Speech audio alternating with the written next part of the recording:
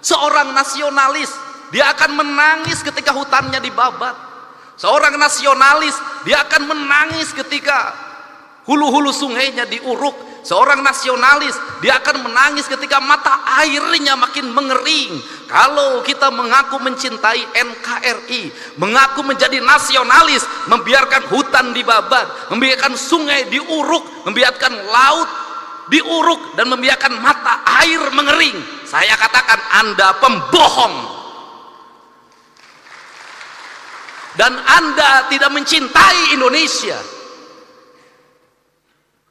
Saya secara pribadi hari ini anak-anak muda, Kak Kuarnas, mulai posting di media sosial. Mereka menggugat, Pak. Apa yang mereka gugat? Belanda menjajah Indonesia 350 tahun. Gunung masih utuh, samudra masih terbentang luas, sungai-sungai jernih. Dia meninggalkan perkebunan yang terhampar, bangunan-bangunan yang indah, gedung-gedung yang kokoh, jalan-jalan yang kuat, jembatan kereta api yang kokoh. Indonesia merdeka 80 tahun.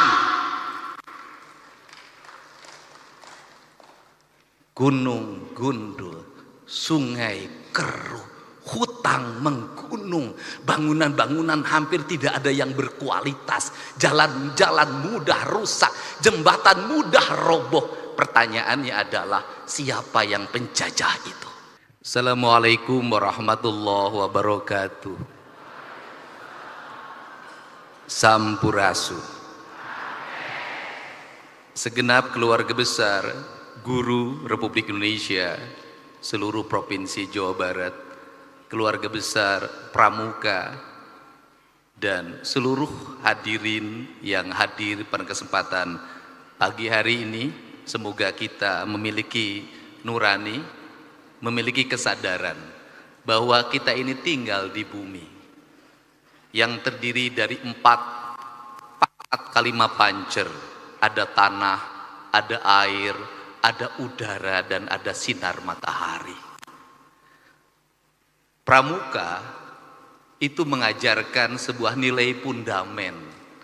Kalimat yang sangat kuat dalam pikiran saya adalah kalimat cinta alam dan kasih sayang sesama manusia.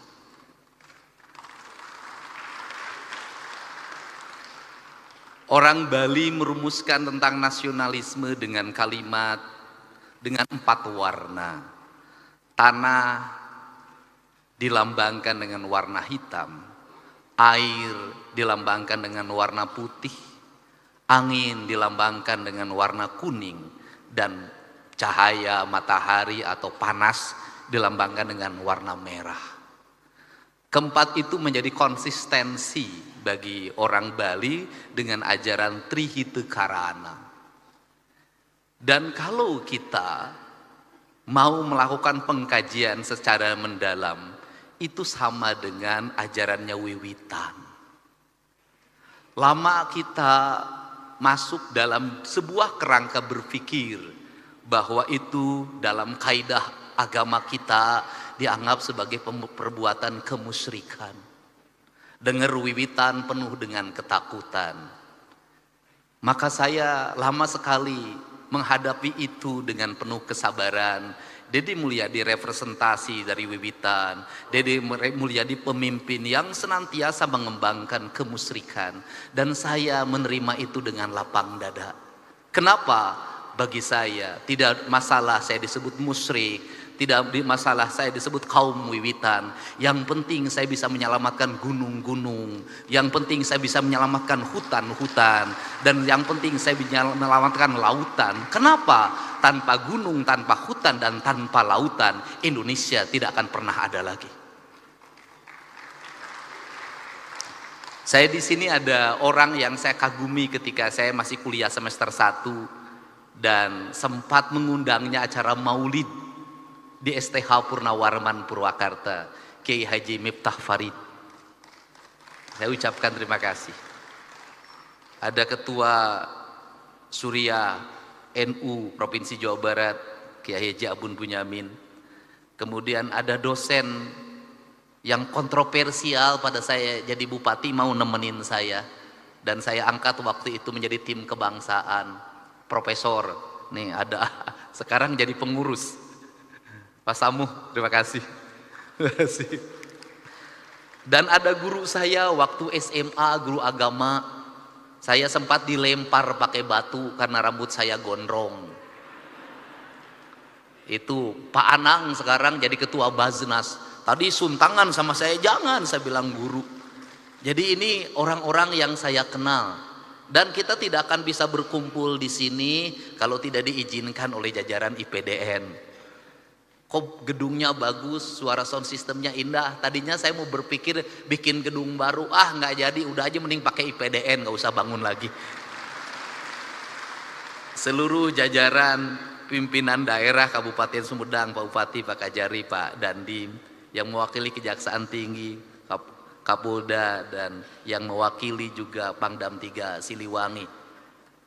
Ini Gus Muafik ini, Kak Kuarnas, ini mitra saya waktu Komisi 4, Kepala Bulog. Dan saya ingat betul, kenangan yang ada, saya ada di channel saya, Pak. Bapak ngasih uang pada anak yang jualan yang saya bawa dari Subang, Pak, ke gedung DPR. Saya ingat. Dan yang paling utama ini ada turunan Galuh yang support saya terus-terusan, Kang Dede Yusuf, Macan Effendi. Mudah-mudahan macannya ada lagi, Pak, karena sekarang macan mulai kehilangan hutannya. Semua yang hadir, saya mohon maaf kalau tidak bisa menyebutkan satu persatu ketua PGRI Jawa Barat. 1 miliarnya nanti kita akan bawa lagi ke Sumatera. Dan kita nggak usah membeli makanan dari sini, nggak usah beli beras dari sini. Kita bawa uang, Pak. Karena yang diperlukan oleh pengungsi hari ini adalah uang. Toko sudah mulai buka, warung sudah mulai buka. Yang tidak punya adalah mereka uang. Kalau mereka makan mie tiap hari terus juga kasihan juga. Nanti kita bawa uang dibagikan agar ekonominya muter. Cara saya menyikapi sesuatu pakai kitab. Kitabnya itu ada dalam pikiran dan perasaan saya. Saya selalu meyakini bahwa bisikan yang terbaik dalam hidup itu adalah bisikan hati yang terjaga dari puasa. Itu prinsip. Saya nangis, Pak. Kenapa saya nangis? Ada hal yang harus dibicarakan oleh kita. Kita tiap hari ngomong tentang Negara Kesatuan Republik Indonesia. Tiap hari, Pak. Negara Kesatuan Republik Indonesia, negara kesatuan. Negara kesatuan itu negara yang bersatu. Negara yang bersatu itu negara yang tidak terpisah. Dalam kerangka pemahaman Gus Muafik ada 2 hal di situ. Ada Tuhan ketika tunggal, ada Tuhan ketika jamak. Tuhan ketika tunggal disebutnya imanensi, dan Tuhan ketika jamak disebutnya transendensi. Ritualitas kita sudah sangat taat orang Indonesia terhadap ritualitas. Umroh ngantri, haji ngantri. Luar biasa ritualitas kita. Masjid terbangun di mana-mana dengan indah. Tetapi ada 2 hal yang hilang, tercerabut dalam tradisi agama kita adalah kita mencintai Tuhan tapi lupa terhadap hukum Tuhan. Hukum Tuhan yang benar, yang tidak perlu ditafsirkan, yang tidak melahirkan mazhab, yang tidak melahirkan kelompok, yang tidak melahirkan ormas adalah hukum alam. Hukum matahari tidak akan pernah berubah, hukum tanah tidak akan pernah berubah, hukumnya air tidak akan berubah, hukumnya udara tidak akan pernah berubah. Tidak perlu pakai tafsir. Karena tidak perlu pakai tafsir, dalam pandangan saya mencintai Allah berarti tunduk dan patuh pada apa yang ditentukan oleh Allah. Ketundukan dan kepatuhan kita pada apa yang ditentukan oleh Allah adalah ketundukan dan kepatuhan kita pada kausalitas, pada sebab akibat, pada hukum alam, hukum yang universal, yang di seluruh negara sama itu hukumnya. Sehingga seorang nasionalis, dia akan menangis ketika hutannya dibabat. Seorang nasionalis, dia akan menangis ketika hulu-hulu sungainya diuruk. Seorang nasionalis, dia akan menangis ketika mata airnya makin mengering. Kalau kita mengaku mencintai NKRI, mengaku menjadi nasionalis, membiarkan hutan dibabat, membiarkan sungai diuruk, membiarkan laut diuruk, dan membiarkan mata air mengering, saya katakan Anda pembohong. Dan Anda tidak mencintai Indonesia. Saya secara pribadi hari ini anak-anak muda, Kak Kuarnas, mulai posting di media sosial. Mereka menggugat, Pak. Apa yang mereka gugat? Belanda menjajah Indonesia 350 tahun. Gunung masih utuh, samudra masih terbentang luas, sungai-sungai jernih. Dia meninggalkan perkebunan yang terhampar, bangunan-bangunan yang indah, gedung-gedung yang kokoh, jalan-jalan yang kuat, jembatan kereta api yang kokoh. Indonesia merdeka 80 tahun.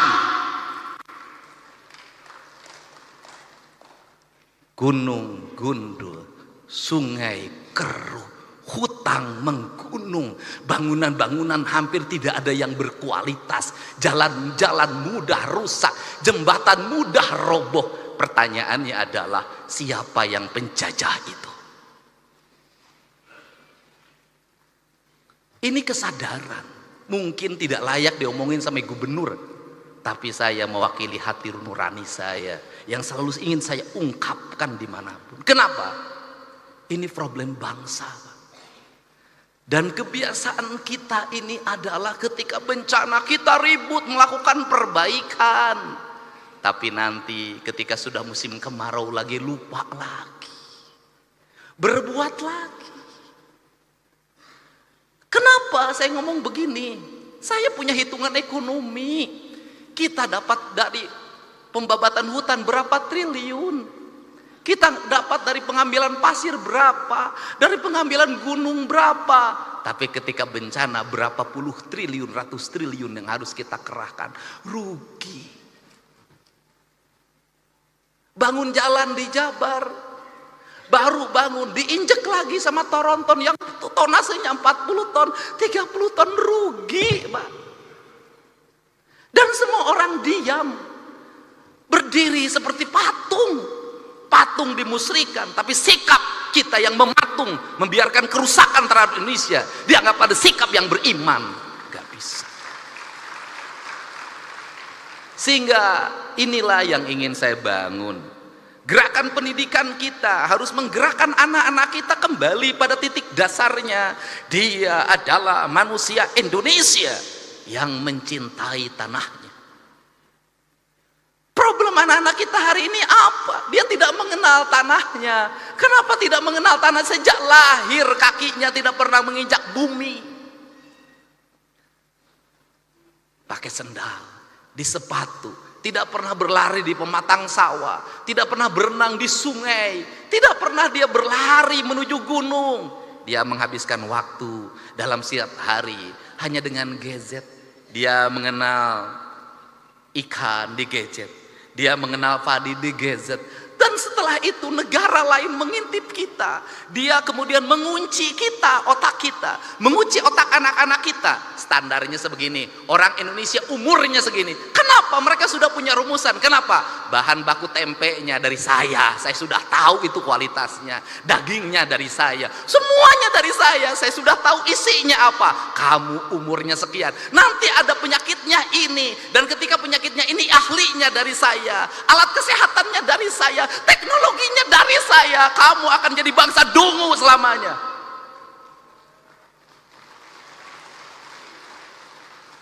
Saya tahu yang begini, Pak. Setelah itu permainannya dari saya, filmnya dari saya, permainannya dari saya, gambar-gambarnya dari saya, semuanya dari saya.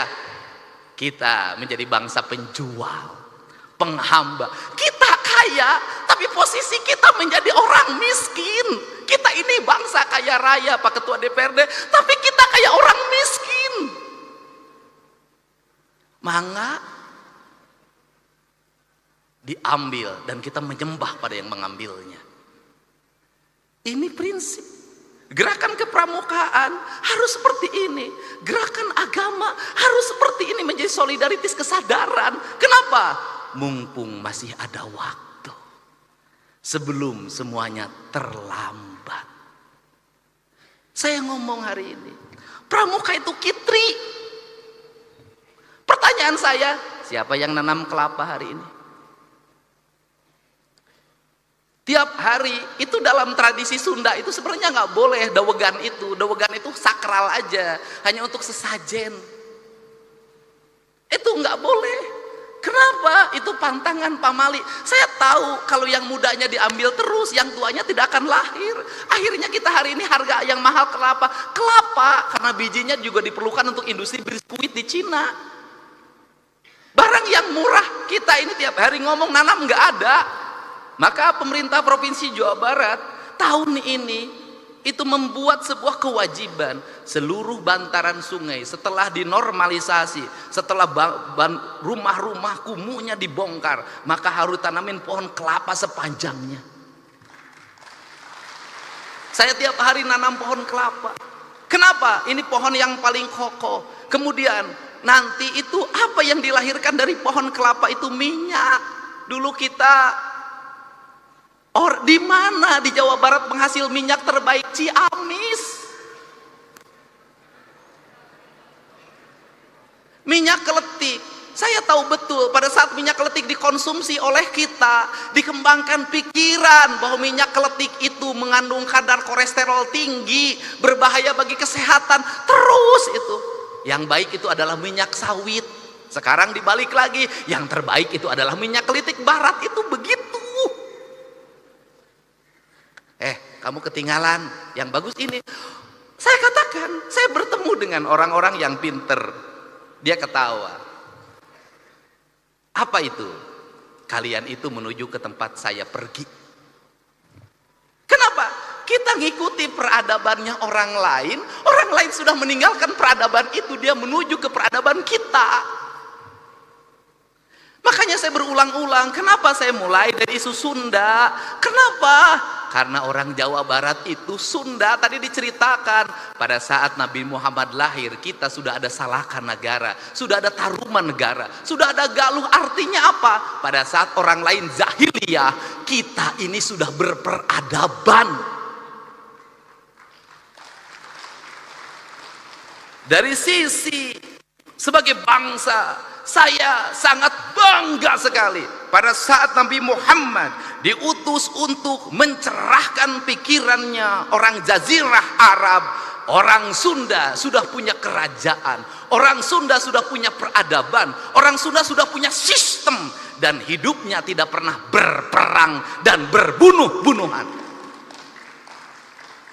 Sehingga kujang, jangan salah, kujang bukan alat perang. Kujang adalah alat sistem pertanian. Bangsa Sunda tidak pernah berperang. Hidupnya menjunjung tinggi apa? Dedehan, welasan, asihan, nulung kanu butuh, nalang kanu susah, nganter kanu sieun, nyaangan kanu poeken, saudara. Sehingga menjadi bangsa dipensif. Kenapa menjadi bangsa dipensif? Tanahnya sudah subur. Nggak usah, biasanya bangsa yang suka perang itu adalah bangsa yang di tanahnya kering. Dia mencari sumber energi, dia mencari sumber pertanian. Kita mengesagala ayak, makanya gaya hidupnya si Kabayan. Kenapa gaya hidup si Kabayan? Bari ngagerek ceuri ge nuna bubuk menang lauk. Sederhana. Kenapa jadi begini hari ini? Karena hari ini di Jawa Baratnya sudah ada keragaman orang. Dari Sumatera, dari Kalimantan, dari Jawa Tengah, dari Jawa Timur. Semuanya hidup bersatu di sini. Maka sekarang kita berkompetisi. Nggak bisa ngandelin lagi ngagerek celi. Lamun ngagerek celi mana? Celi terus kayak manajer benang kubatur alam. Makanya dirubah lagi oleh saya, harus kecekatan, tepat waktu, efektif. Dan saya contohkan di acara-acara provinsi, MC cuman pertama, kesininya nggak usah. Kenapa? Menghambat waktu dan cermin orang bodoh. Kenapa Cering Orman bodoh? Itu jadi gubernur yang nggak ngerti apa-apa. Diukoe dititah, maju ke depan pidato aja disuruh. Yang terhormat Bapak Guru kami persilahkan. Manja kudu persilahkan, ambil kesempatan, jangan nunggu dipersilahkan. Nggak boleh lah. Efektif satu hari sekian acara. Kenapa saya ingin mengefektifkan ini? Kenapa? Karena keuangan saya efektifkan, waktu saya efektifkan, kinerja ini saya kasih tahu ke teman-teman DPR. Ini aja yang menarik di Pemda Jabar. Pada saat pegawainya full kerja, kinerjanya lemah. Pada saat pegawainya setengahnya yang kerja, setengahnya di rumah, kinerjanya malah lebih bagus. Kenapa itu dilakukan? Duitnya kan kita berkurang 2,458 triliun. Saya harus ngirit listrik, saya harus ngirit air, dan kemudian jalan nggak usah macet kalau pagi-pagi. Akhirnya pegawainya setengahnya sekarang WFH di rumah aja. Kemudian lebih produktif saya lihat, dan mereka pendapatannya lebih baik. Kenapa? Tiap hari nggak usah jajan di kantin, nggak usah ngongkos mobil. Tapi kan kinerjanya, ini alam sudah beda, bukan alam lagi berkumpul hari ini. Hari ini adalah alam berproduksi. Produksi hari ini nggak usah lagi panas-panasan, bisa jadi sambil tiduran. Memang dunianya sudah dunia digital, ini birokrasi modern. Tetapi kalau untuk pendidikan dasar nggak boleh.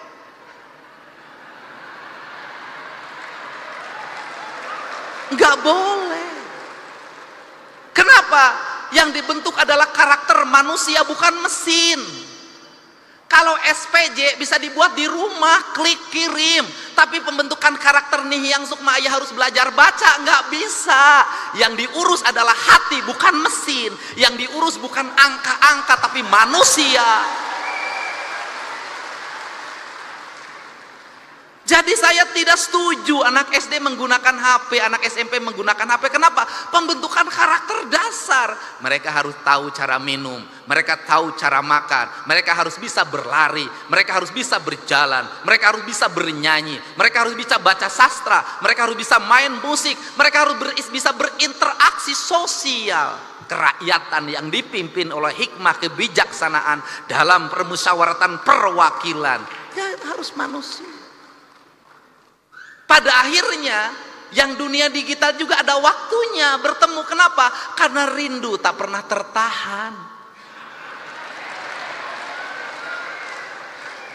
Nanti ada kangennya, pegawai-pegawai Pemda kangen berkumpul. Sebulan sekali bertemu. Kenapa? Karena rindu itu tak bisa hanya dengan video call. Tidak hanya dengan chat. Pada akhirnya kita adalah manusia nyata, bukan manusia maya. Nah, kerangka ini harus dibangun. Sehingga apa? Ini tantangan buat MUI. Kalau selama ini selalu dikatakan dosa besar itu berzina, ya. Judi, iya. Tapi menurut saya hari ini harus ada yang ditingkatkan. Dosa yang paling besar itu adalah merusak alam. Paling besar yang berzina hukumnya dirinya dan istrinya dan keluarganya. Tapi membabat hutan di Ciwidey, membabat hutan di Pangalengan, banjir lumpur, triliunan uang dikeluarkan menormalisasi Citarum, pada akhirnya tidak bermakna karena lumpur gunung masuk Citarum dan meluap. Berapa penderitaan yang dialami oleh banyak orang.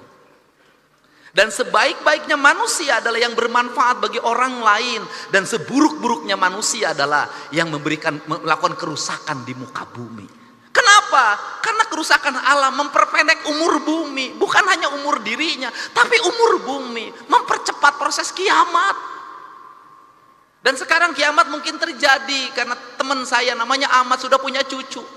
Dia dipanggil kiamat sekarang. Ini para bupati hadir, terima kasih. Ini penting, Pak. Jadi apa concern kita, agama kita hari ini? Saya kemarin ketemu dengan ketua Persis, ketua Muhammadiyah, ketua NU, saya bilang fikih yang paling kuat hari ini adalah fikih lingkungan. Kenapa? Malu Pak. Anak-anak muda sekarang tuh tidak seperti kita. Kita masih jaga-jaga kalau ngomong. Anak muda sekarang tuh berani posting Pak. Dan berani mencaci maki orang tuanya. Dia ngomong begini, kan kita malu kalau digituin. Orang Indonesia ini paling banyak berdoa. Tapi orang Indonesia itu paling banyak bencana. Kan malu digituin. Orang Indonesia itu paling banyak berdoa. Tapi paling banyak orang yang sengsara. Orang Indonesia itu paling banyak berdoa. Tapi buang sampahnya di sungai. Buang sampahnya di mana saja. Membabat pohon itu bukan hanya 1 meter, tapi ribuan kubik, jutaan kubik, menimbulkan kesengsaraan, dan itu dibiarkan. Padahal tiap hari kita berdoa pada Allah, kita ingin dijauhkan dari bencana. Kita tiap hari berdoa pada Allah ingin dijauhkan dari bencana. Tapi menurut saya doa ini tidak akan bermakna kalau yang menjadi penyebab bencana terus dilakukan tanpa henti. Kita bicara hakikat, tapi syariatnya tetap terjadi kerusakan, tak ada makna. Untuk itu maka saya sampaikan, ini tantangan bagi pramuka. Hari ini Pemda Jawa Barat mulai menanami pohon-pohon enteh-enteh, areal perkebunan enteh yang kosong itu ditanamin oleh anggaran provinsi, orangnya digaji. Kita punya rencana juga dan akan berjalan, dan Januari efektif. Orang yang nanam pohon dan ada sekian, satu orang 2 hektar, itu saya gaji setiap bulannya sampai pohonnya nanti besar. Kenapa? Ini sebuah kepentingan. Ada 2 dimensi yang ingin dilakukan di situ. Yaitu yang pertama adalah dimensi alam yang harus terselamatkan. Yang kedua adalah dimensi sosial ekonomi, di mana rakyat kita butuh uang. Saya jujur, ini ada sayuran tapi tetap saya kritik. Apa yang dikritiknya adalah mohon engkol, wortel, kemudian buncis, yaitu tanaman yang dibawa oleh Belanda. Itu makanannya orang Eropa. Di orang Indonesia nyebutnya sop. Bedanya adalah kalau orang Eropa makan sup itu sebelum makan. Makan sup itu sebelum makan. Kemudian dikasih dagingnya, daging yang bermutu. Orang Indonesia itu adalah makan sop keur muludan. Dagingnya make gaji. Terus dalam posisi tidak panas. Dimakannya oleh ajengan oleh kiai setelah ceramah jam 12. Kebayang Pak? Sop dikasih nasi pakai gaji, tidak panas, dimakan oleh ajengan jam 12 malam. Wajar kalau banyak para penceramah yang tukang ceramah hari ini jantungnya bermasalah. Ini fakta Pak, serius saya. Nah ini tanaman Eropa dibawa, dan memang ini tanaman itu harus nyari daerah dingin.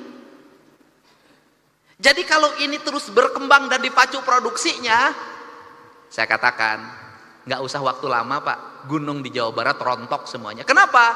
Tanaman ini sekarang sudah naik ke arah Cikurey. Tanaman ini sudah naik ke arah Gunung Wayang, ke arah Gunung Windu. Dan itu saya berkomitmen siang ini mau saya kumpulkan untuk nggak boleh lagi alih fungsikan lagi tanamin kopi, tanamin duren, tanamin kayu-kayuan, tanamin teh. Udah saya biayai oleh provinsi. Kenapa? Kalau provinsi mengeluarkan 1 triliun itu kecil, kalau bencana lebih dari segitu yang harus dikeluarkan. Bapak mau lihat di mana? Mau lihat Lembang. Terakhir saya pesen Pak, bukan nakut-nakutin Pak. Karakter Sumatera itu sama dengan karakter Jawa Barat Pak. Tanahnya sama suburnya, ada harimaunya, cuman bedanya harimaunya di Sumatera ada macannya, di Jawa Barat macannya jadi anggota DPR, mantan wakil gubernur. Dan saya pendukung beliau ketika menjadi gubernur dulu. Nah, dan saya buktikan di tempat saya menang, Pak. Nah, itu harimau Sumatera sama harimau Jawa di Kalimantan tuh nggak ada harimau. Jadi tanah gembur. Jadi Belanda itu menetapkan Sumatera berdasarkan peneliti BRIN dari UGM. Itu dulu Belanda menetapkan sebagai daerah hijau, daerah hutan lindung, daerah konservasi, daerah taman nasional. Jawa Barat juga sama, daerah di sini nih mulai Bandung, Lembang, terus ke Garut, terus ke peradabannya, dan kemudian terus di daerah Cipanas, semua sama. Jadi kalau tekstur tanahnya terus dicabutin akarnya, maka potensi longsor sangat tinggi. Ditambah lagi ada potensi paling berat, sesar Lembang. Dan kalau sesar Lembang, nauzubillah jangan terjadi, kita berharap. Maka siapa yang paling berat? Bandung. Karena Bandung itu cekungan. Begitu gunungnya jatuh roboh, air meluap, maka ini akan berubah menjadi danau dengan tingkat air yang sangat tinggi. Untuk itu ada dua hal yang mesti kita lakukan. Satu, kita mencoba untuk segera membenahi alam Jawa Barat ini yang rusak. Yang kedua, setelah membenahi alam ini, setelah sungainya dinormalisasi, setelah pohon-pohonnya ditanam, setelah gunung-gunungnya dihijaukan, setelah kita melakukan ikhtiar-ikhtiar kemanusiaan, maka kita berpasrah pada Allah. Jangan berpasrah terus tanpa ikhtiar kemanusiaan. Nah, ini yang saya sampaikan, sehingga saya mengucapkan terima kasih. Sekolah-sekolah, dinas pendidikan harus mulai dirumuskan kurikulum yang paling utama kita hari ini bukan lagi ngajarin anak-anak menggunakan gadget. Nggak usah diajarin anak-anak kita lebih pinter dari kita. Nggak usah diajarin anak-anak kita menggunakan HP, laptop, udah lebih pinter dari kita. Yang harus diajarin anak-anak kita hari ini adalah kembali sekolah, bukan hanya ruang kelas yang digunakan, tetapi luang alam terbuka sebagai basic pembentukan pendidikan. Jadi kalau ada satu hari saya harapkan nanti Ketua Kuarda Jawa Barat, kalau ada satu hari anak-anak pakai pramuka di sekolah, terutama SD dan SMP dan SMA, SMK, saya harapkan di baju pramuka itu mereka tidak di dalam kelas, tapi mereka berada di luar kelas, membersihkan sungai, menanam pohon, kemudian belajar memasak di alam terbuka. Dia memahami lingkungan. Kenapa? Anak-anak kita hari ini nggak bisa lagi masak sayur asem, tidak bisa nyambel, tidak bisa nyangu, tidak bisa ngaliwet. Anak-anak karena tidak bisa fast food, go food.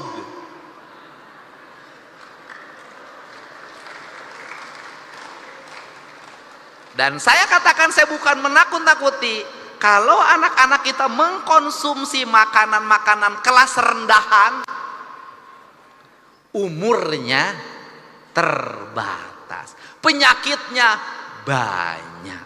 Anak kita nggak lagi pagi-pagi minum teh manis pakai gula aren, nggak ada, langsung kemasan berwarna, kemudian bergula, bersoda, sehingga umur 18 tahun banyak yang gagal ginjal, umur 20 tahun kena diabetes. Orang lain seneng lihat kita, seneng. Kenapa? Generasi muda Indonesia lemah. Kenapa mereka seneng? Kekayaan alamnya melimpah. Dan di negara yang kekayaan alamnya melimpah, negara itu harus hati-hati karena dia bidikan banyak orang. Untuk itu saya ini yang menegaskan kembali lagi, karena pramuka itu ngajarin itu semua.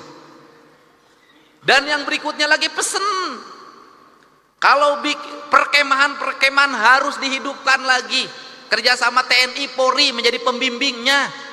Kenapa? Saya masukin mereka ke barak militer, terbentuk Bisa baris, bisa upacara, bisa jadi paskibra. Si Egi wae nu ngacapruk rada hidang.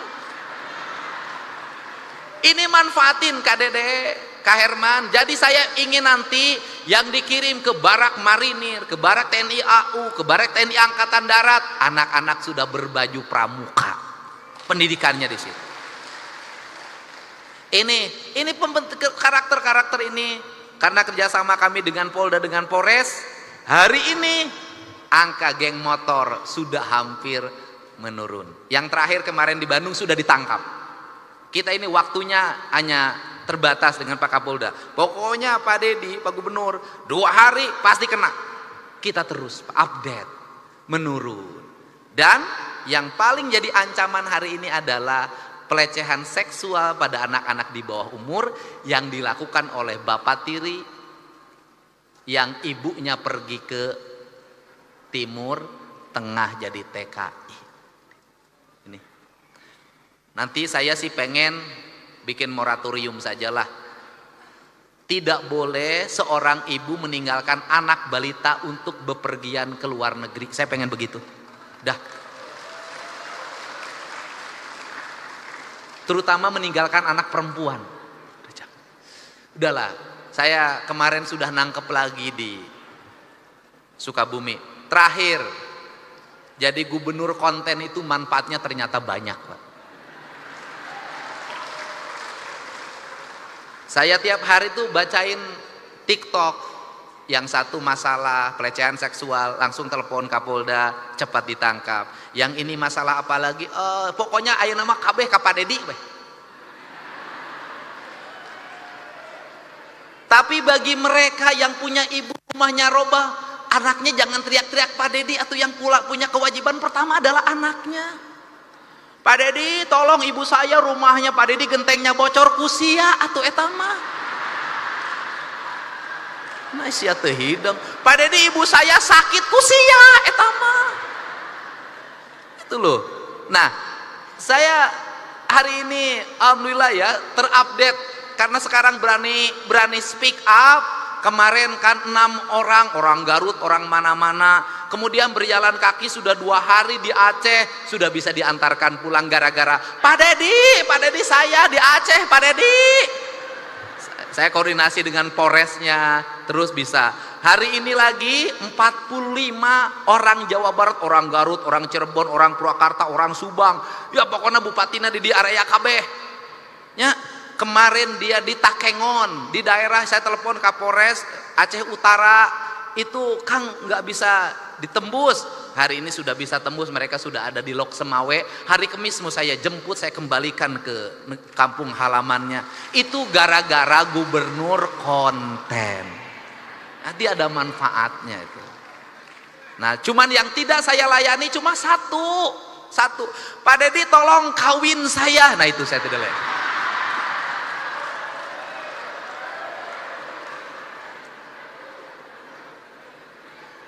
Kenapa saya sudah ngomong untuk urusan itu? Gus, omongan saya apa? Janji politik pasti saya tepati, tapi janji menikahi belum tentu saya turuti.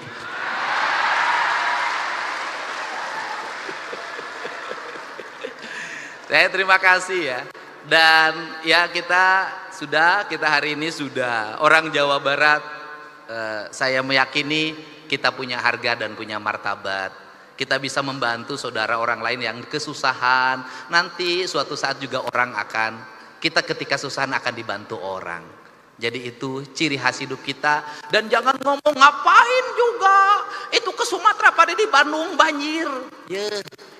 Sumatera ge loba urang Sunda sia teh. Barang amprok, aduh urang Sunda hungkul. Loba di Sumatera Barat aja 60.000. Urang Sunda lain, urang Sumatera Barat tunggul di ditu, sia teh ulah galak, urang dia ge loba di ditu. Loba sia teh. Nah, tetapi kan semuanya selesai. Artinya Bandung solusinya saya udah nemu. 1, gunungnya dihijaukan. Yang kedua, sudahlah daripada capek-capek rumah di bantaran sungai kita relokasi, sudah. Pimpinan DPR saya mohon izin. Daripada terus-terusan Tinggal di bantaran sungai ada hampir 1.500 rumah. Mau tiap tahun gitu-gituan, udah daripada tiap tahun ngomong hal yang sama, kita pindahin. Sudah, cukup duit kita untuk menyelesaikan mereka, cukup. Asal kita mau efisien, sudah selesai. Saya pilihnya begitu. Tiap hari, saya paling lucu itu di Dayakolot. Apa? Yang paling utama Dayakolot itu bertentangan dengan keadaan. Ai dayeuh teh pan kota, ai kolot teh orang tua, ayeuna geus nu batur kabeh. Itu orang kebanjiran, tendanya di atas bendungan. Cek aing teh lieur yeuh. Ini air di atasnya ka Dede.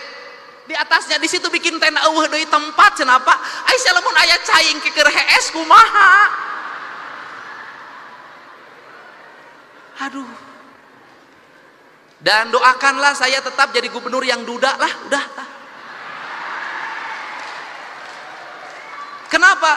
Saya naik pesawat, saya lihat Bupati Cianjur mukanya pucet. Karena pesawat Susi Air itu turun pertama di Langsa. Itu bandaranya itu asalnya ketutup sama pohon, ditebangin dulu. Saya lihat Bupati Purwakarta pucet, Wali Kota Depok pucet. Kang Dedi kenapa? Mukanya senyum terus. Siapa boga pamajikan aya nu dipika berat, aing mah henteu tenang we.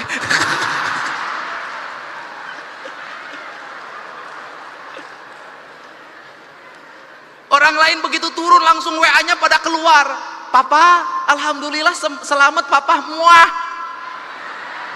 Aing begitu dibuka, begitu ada WA langsung. Pak Dedi, ya anu di Bandung ya Dayakolot ya butuh selimut ya Pak Dedi. Aing nu kieu di wae ka aing. Sudahlah Pak, jadi berbahagialah punya gubernur duda karena tak ada rasa takut dalam dirinya. Yang dirindukan hanya warganya, bukan orang yang dicintai di rumahnya. Nah, biarkan saya tadi pagi itu anak saya ngamuk, pucat wajahnya, dan kemudian ternyata Nihiang itu marah karena ketuk kamar saya dikunci, saya lagi mandi. Kemudian kamu kenapa? Habis itu anak saya langsung masuk kamar meriksa. Ternyata anak saya cemburu, takut saya ada perempuannya di dalam. Udah nih yang kan ayah sudah ngasih tahu, ayah tidak mungkin bawa perempuan di hadapan Nihiang kan gitu.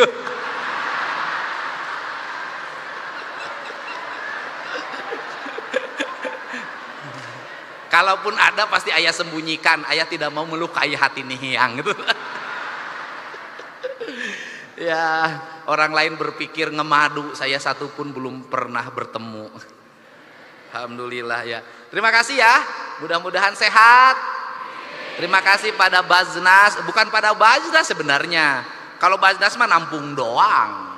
Terima kasih pada ASN Jawa Barat yang membayar zakat lewat Baznas. Sumbangannya bukan dari Baznas, sumbangannya dari wajib zakat Jawa Barat. Baznas mah nganterkeun hungkul, betul nggak? Jangan dibilang ini sumbangan Baznas lain, tinu boga zakat, gitu ya. Saya ucapkan terima kasih. Hari ini dapat 1 miliar dari PGRI, terima kasih. Nanti kita sampaikan langsung pada yang berhak. Mudah-mudahan badai pasti berlalu.